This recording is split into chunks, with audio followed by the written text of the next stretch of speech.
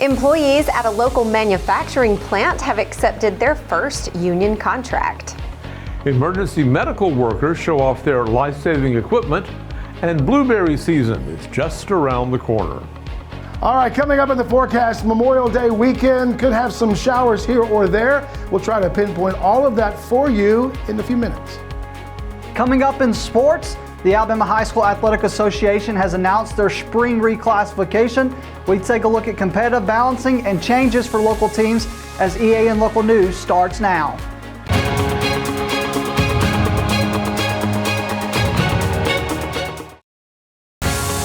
This segment of EAN Local News is brought to you by Oxford Lumber. Come visit any of our locations in Oxford, Jacksonville, Talladega, and Roanoke. Hello, we're glad you could join us. I'm Katie Edwards. And I'm Mike Stedham. Workers at New Flyer Anniston facility have ratified their first union contract. That's according to a news release from the Communication Workers of America, which now represents those employees. New Flyer is the largest transit bus manufacturer in North America, with plants across the country. The union says the Anniston contract includes pay raises ranging from 15% to 38% by 2026, guaranteed cost of living adjustments, and enhanced retirement benefits. The agreement also includes restrictions on forced overtime, expanded vacation and paid time off, improved parental leave, and the addition of Juneteenth as a holiday. The Anniston plant, which has about 750 employees, makes transit buses that run on natural gas. Workers at New Flyer were able to form their union under a neutrality agreement negotiated between the company and the CWA in 2022. It's Emergency Medical Services Week, and EMS departments throughout East Alabama are reminding people of the critical role they play treating patients and getting them to medical facilities. Heath Drummond, the clinical-based manager of Survival Flight in Talladega and Rainbow City, says these departments are dedicated to saving lives under extreme circumstances. Today is EMS Week, National EMS Week, and we're just kind of honoring all the local EMS providers in the area. We have a cookout, have everybody come out, play some games, listen to some music, just kind of hang out and give everybody a chance to get to know each other. We provide critical care EMS services to East Central Alabama, to both ground ambulance providers and hospitals alike, whether it's ICU or ER transfers. We kind of handle a little bit of everything. I think the biggest thing is when we are called, people are calling us that are trained, they're very knowledgeable, very well-trained people, and they call us because they need help. And so we're able to come in and provide that extra little piece of help and really take people where they need to be that they may not get otherwise. We can take them to the level one trauma centers, or we can take them to the facility that can help them the best that they may not otherwise be able to do. We're here 24/7. We're always around. You don't always see us like the normal ambulance service guys or fire guys, but we're always here to help back those guys up. And if you see us in your community, you know what we're doing. You know, we're just there to help someone. And anyone's available to come by anytime. If you want to come by and see what we do, and bring your kids by, check out the helicopter, anybody's welcome anytime. Just stop by. Drummond says that his staff is available to respond to emergencies whenever and wherever they arise.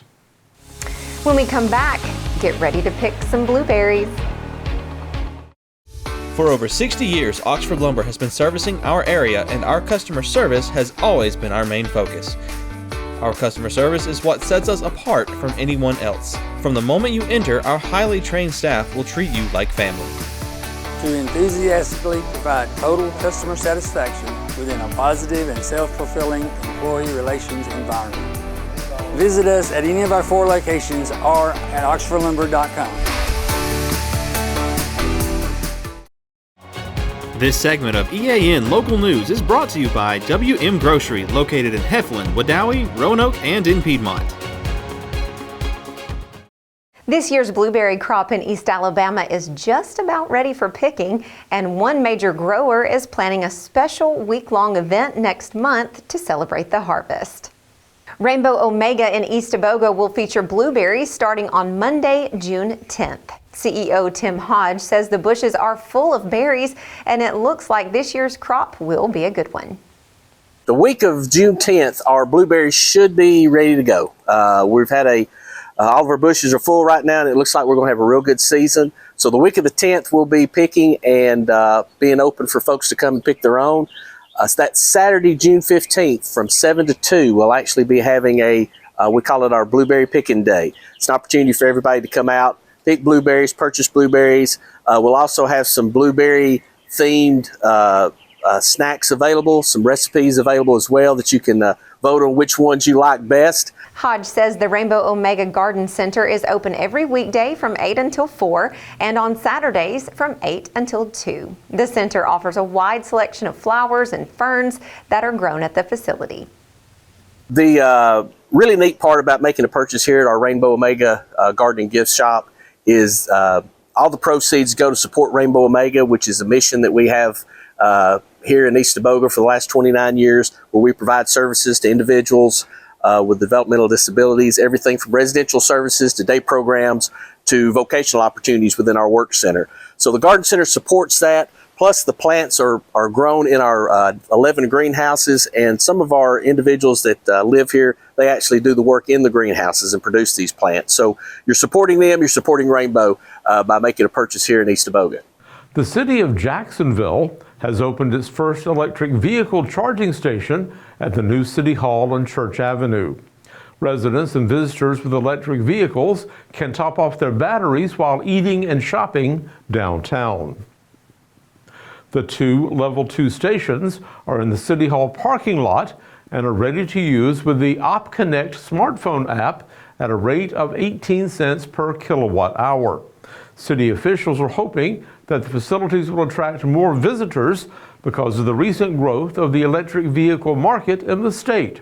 Last year, there were about 15,000 electric vehicles registered to Alabama drivers, with 822 publicly available charging stations. The state of Alabama expects to reach 20,000 this year when combining battery electric and hybrid vehicles. The Alabama Department of Economic and Community Affairs says in its 2024 electric vehicle infrastructure plan that it expects the number to continue to grow quickly. And when we come back, area residents will have several places to cool down this summer, and most of them will be opening this weekend.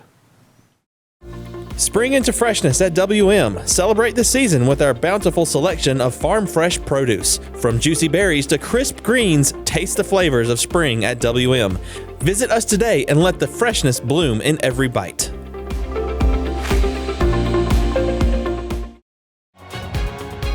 This segment of EAN Local News is brought to you by Waldrop Manufacturing, metal buildings made right here in Calhoun County. Memorial Day weekend begins Saturday, and that means it's time for Anniston to open its city pools and splash pads to help residents cool down. The Washington Pool and new splash pad at John Nettles Park on South Christine Avenue will be open Saturday, Sunday, and Monday from noon to 5 p.m. After this weekend, the pool and splash pad will be open Tuesday to Saturday from noon until 5 p.m. for the rest of the summer. The cost to enter the pool is $3 for adults and $2 for children. Anniston's upgraded Zen Park splash pad will also open Memorial Day weekend, and it will remain open daily from 10 a.m. to 5 p.m. for the remainder of the summer. Time to get in the water and enjoy it, because it should be a great weekend for that. Well, it certainly should. The temperatures do seem to be trending toward splash pad temperature. Yes. Kevin. And pool temperature. Well, absolutely, absolutely. Kevin Anderson is with us again today, filling in for John Holder. He's done such a great job this week, hasn't he? Kept us right up to date. He certainly has. Kevin, tell us about the weather for the weekend. Well, Katie, to answer that question, we're looking at kind of a hit and miss game with rain over the Memorial Day weekend.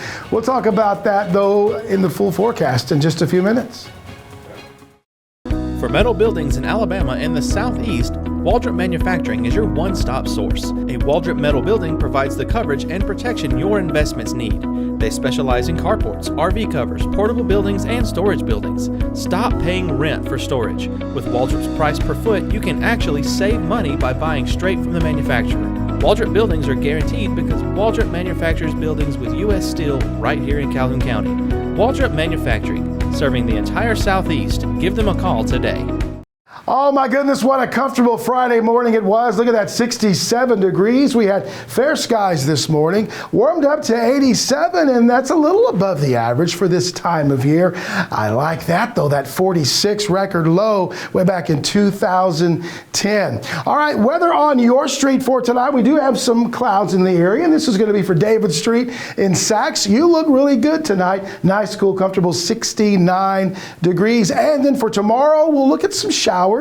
Possible, especially around the afternoon hours, and highs again back into the mid to upper 80s for most people across the area. And that is your weather on your street for Hill Avenue in Piedmont, Alabama. How about your 7-day outlook? Here we go. Again, some hit and misses with the rain for Saturday afternoon. A 50% chance of rain. Top out around 85, warming up to 91 here. And the showers here on Sunday could be lingering over Saturday night into the wee hours of Sunday morning. And then we are all dry for most of the day Sunday. Memorial Day weekend, though, I would have the umbrella in case if you're going to be out and about walking any distance, you may need that. And then we will begin to dry out for Wednesday, Thursday, and Friday. All right, Namath, what do you got in sports today? Thanks, Kevin. The Alabama High School Athletic Association announced their reclassification for spring sports yesterday. We're going to take a look at a couple local teams and see how they changed, starting with the Westbrook Christian Warriors. The Westbrook Christian Warriors noticeably made the state championship this past spring for their baseball program.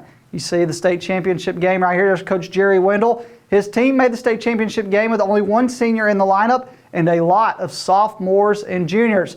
The Westbrook Christian Warriors are moving up to Class 4A due to competitive balancing. So with Westbrook Christian being a private school, private schools get points each season based on how they finish the season. Obviously, Westbrook Christian making the state championship, for example, could get them 4 points. If a team reaches a certain number, like 6 points in 2 years, then it's a private school. They automatically move up a classification. Not the whole school, just that sport. So for the Westbrook Christian Warriors, due to making the state championship this year, making another good run a year before that, that forces them to move up a classification in just baseball. So with that being said, let's take a look at the new classification for the Westbrook Christian Warriors. Looking at their baseball classification, due to competitive balancing, Westbrook moves from 3A to 4A. The school stays 3A, but the baseball program moves to 4A. They will be in a 5-team area. That area features the Hokes Bluff Eagles, who are moving up to 4A due to enrollment numbers. It features the Etowah Blue Devils, the Aniana Redskins, and the Asheville Bulldogs. Now, Westbrook Christian's in 4A in baseball, but they're also adding a sport next year, and that sport is softball.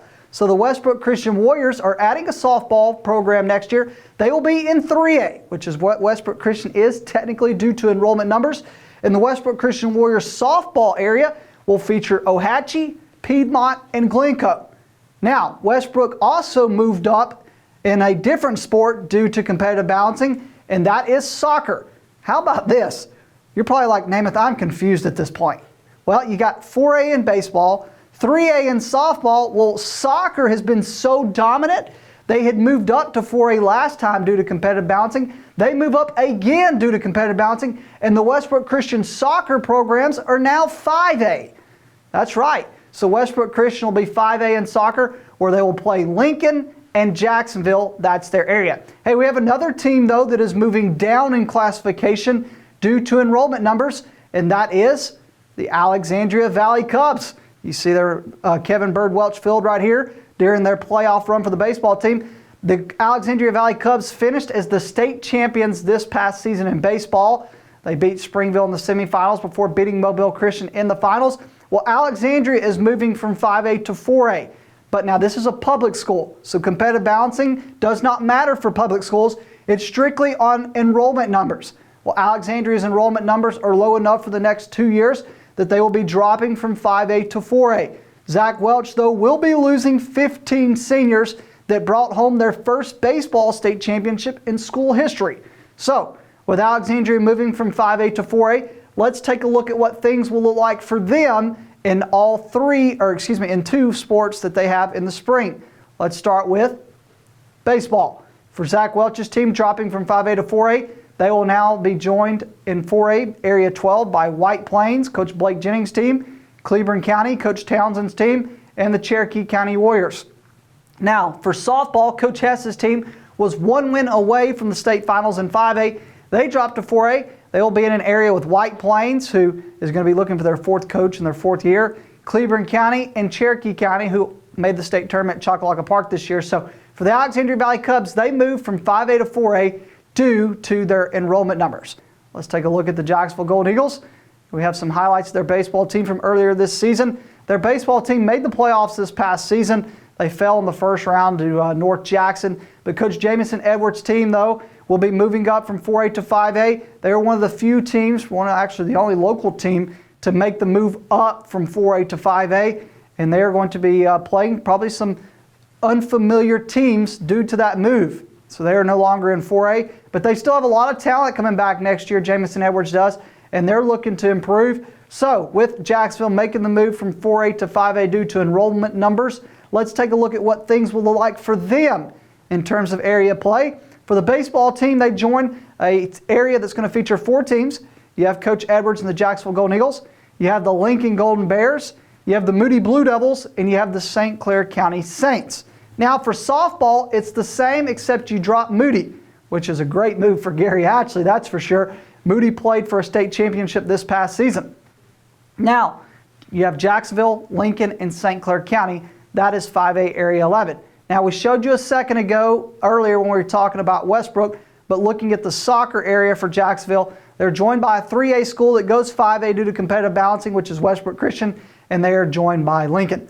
The last team that we're going to be taking a look at is the Southside Panthers. Southside will be making the move from 5A to 6A due to enrollment numbers.